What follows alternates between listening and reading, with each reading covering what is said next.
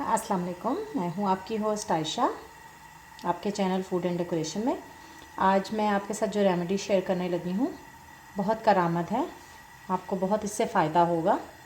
अक्सर ऐसा होता है कि बुखार बहुत तेज़ हो जाता है या उतरता नहीं है, दवाई लेने के बावजूद भी बुखार अक्सर रात को, कभी दिन में, कभी शाम में बुखार हो जाता है, तो दवाइयों से भी असर नहीं होता। तो इसके लिए बेहतरीन टोटका है। आप यहाँ ले लिया मैंने तुफ़ मलंगा।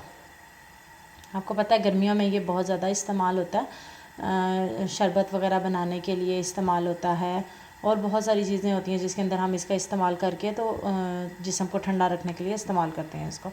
तो इसको क्या करना है कि एक चुटकी तुफ़ मलंगे की लेके इसको मुंह में रख लेना है।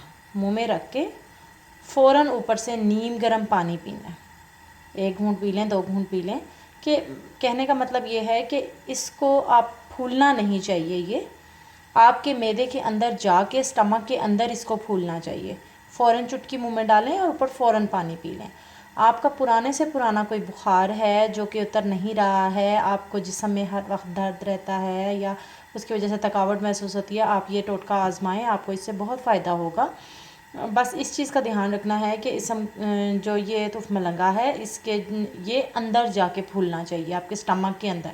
फ़ौरन मुंह में रखें, फ़ौरन ऊपर से नीम गर्म पानी के 1-2 घूंट पी लें, अंदर जाके ये फूल जाएगा। तो इससे जितने भी जर्म्स हैं बुखार के या मुख्तलिफ़ तरह के, वो जो कि आपके जिस्म के लिए फ़ायदेमंद नहीं है, वो इसके साथ चिपक जाएंगे और ख़ारिज हो जाएंगे।